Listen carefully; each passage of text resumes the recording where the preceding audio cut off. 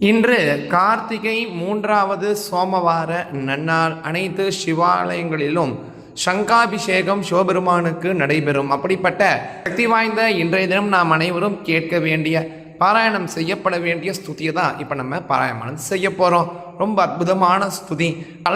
தலைமுறையாக இருந்து வரும் சாபம் பாவம் அனைத்தையும் நீக்க வல்ல ருத்ர ஜபத்தை முறையாக 1000 முறை ஜபித்தால் என்ன பலன் கிடைக்குமோ அந்த பலனை தரவல்ல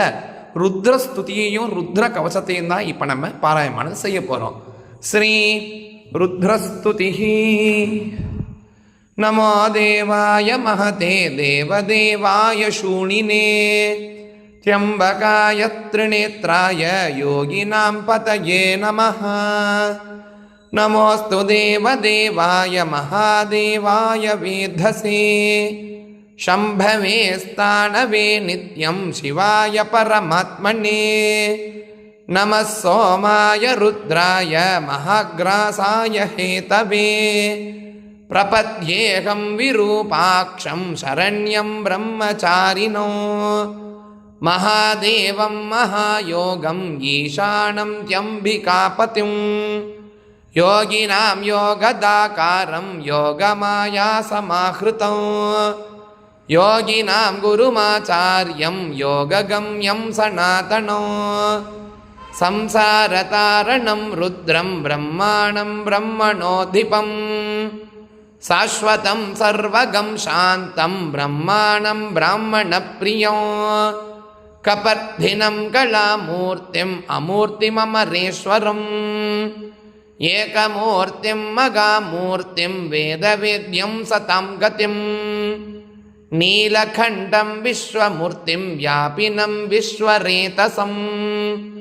कालाग्निं कालदगनं कामिनं कामनाशनं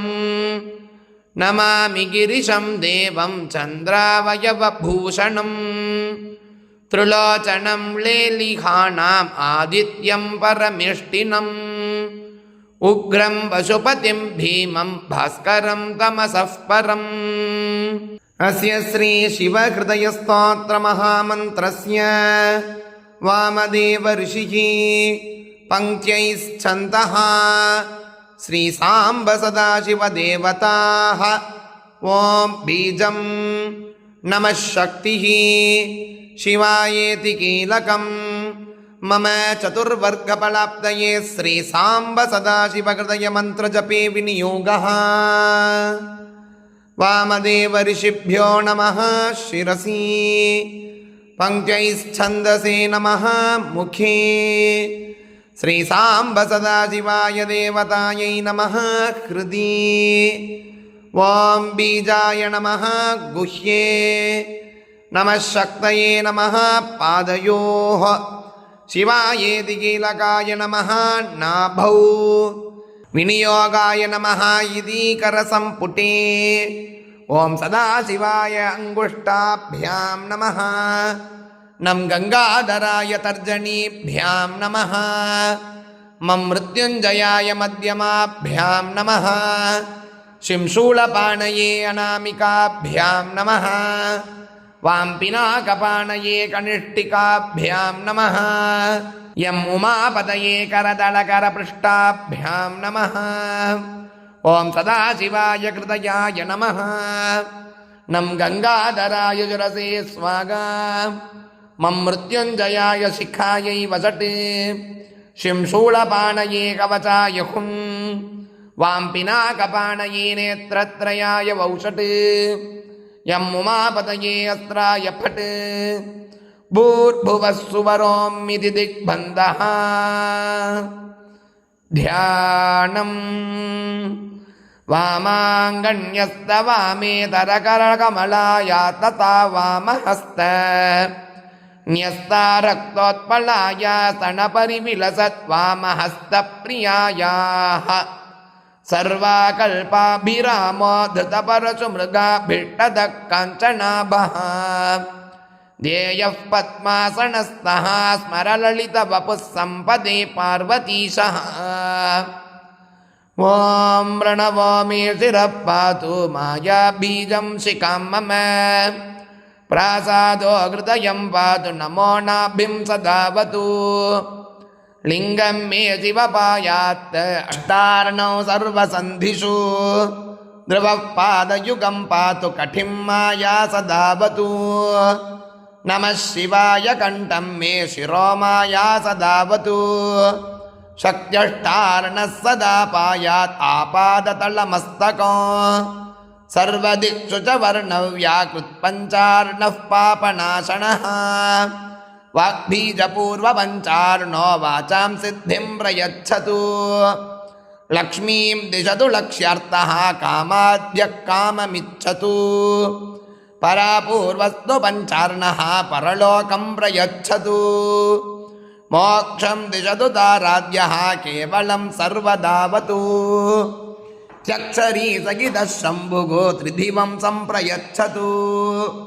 सौभाग्यविद्यासगितः सौभाग्यं मे प्रयच्छतु षोडशी सम्पुटतः शम्भुः सर्वदा मां प्रयच्छतु एवं द्वादश भेदानि विद्यायाः सर्वदावतु सर्वमन्त्रस्वरूपश्च शिवः पायान्निरन्तरम् यन्त्ररूपः शिवः पातु सर्वकालं महेश्वरः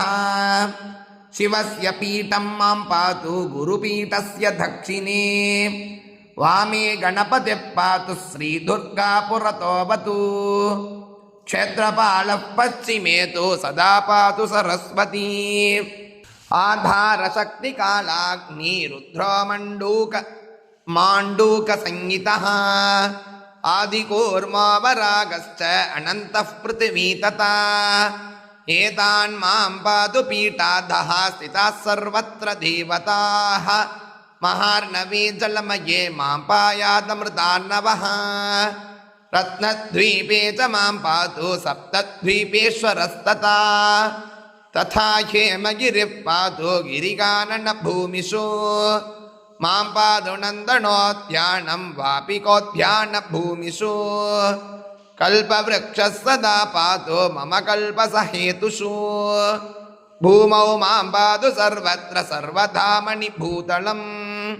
गृहं मे पातु देवस्य रत्ननिर्मितमण्टपम् आसने शयने चैव रत्नसिंहासनं तथा धर्मं ज्ञानं च वैराग्यम् ऐश्वर्यं चानुगच्छतु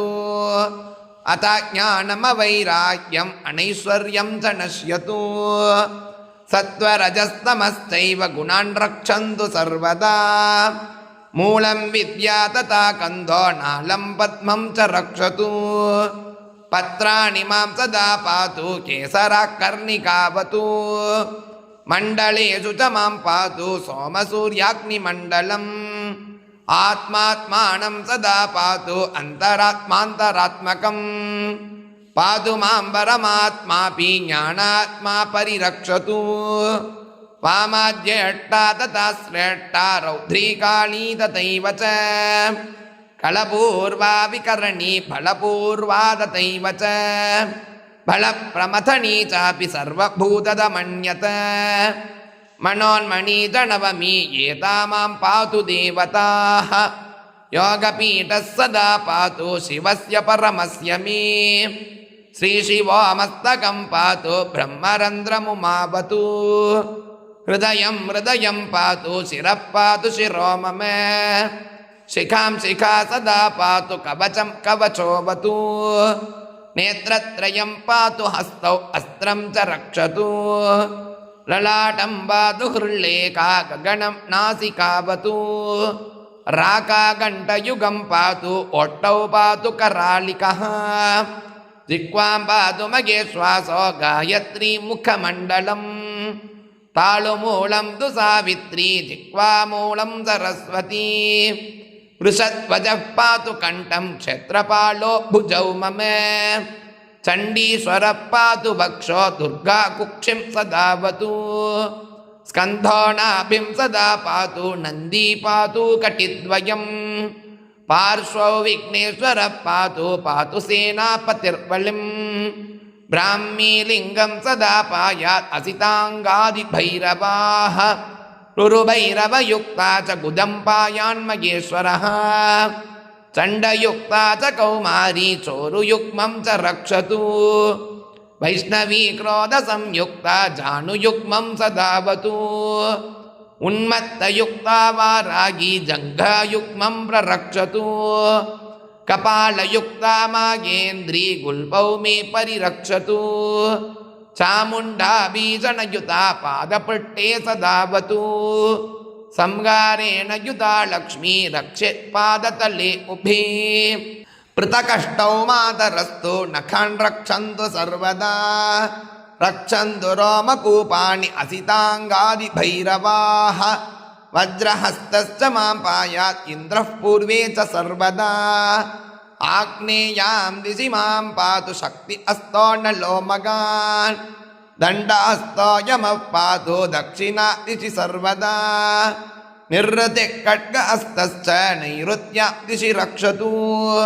प्रतीच्यां वरुणः पातु पाशहस्तश्च मां सदा वायव्यां दिशि मां पातु ध्वजहस्तसदा गतिः उदीच्यां तु कुबेरस्तु गदा हस्तः प्रतापवान्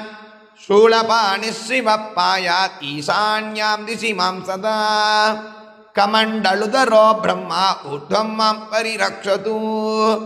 अधस्तात् विष्णुरव्यक्तः चक्रपाणिः सधावतु ॐ ग्रौं ईशानो मे शिरः पायात् ॐ ह्रैं मुखं तत्पुरुषोऽवतु ॐ ग्रूम घोरो हृदयं पातु ॐ ह्रीं वामदेवस्तु गुह्यकम् ॐ ग्रां सत्यो जातस्तु मे पादौ ॐ ह्रां क्रीं ग्रूं ह्रैं ग्रौं रः पातु मे शिखाम् अनुक्तमपि यत्स्थानं तत्सर्वं शङ्करोऽवतु इति मे कथितं नन्दिन् शिवस्य हृदयं परो मन्त्रयन्त्रस्तदेवानां रक्षणात्मकमद्भुतं सहस्रावर्तनात् सिद्धिं प्राप्नुयात् मन्त्रवित्तमः शिवस्य हृदयेनैव नित्यं सप्ताभिमन्त्रितं तोयं बीत्वेप्सितां सिद्धिं मण्डलात् लभते नरः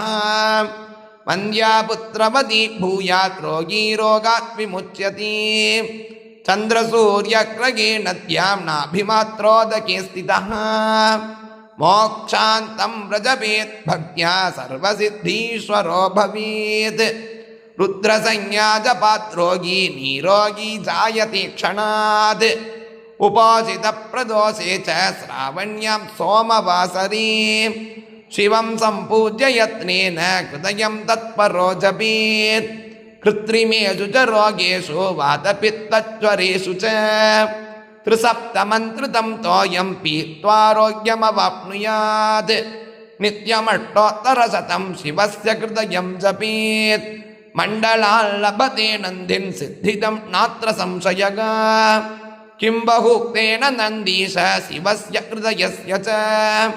जपित्वा तु महेशस्य वागणत्वमवाप्स्यसि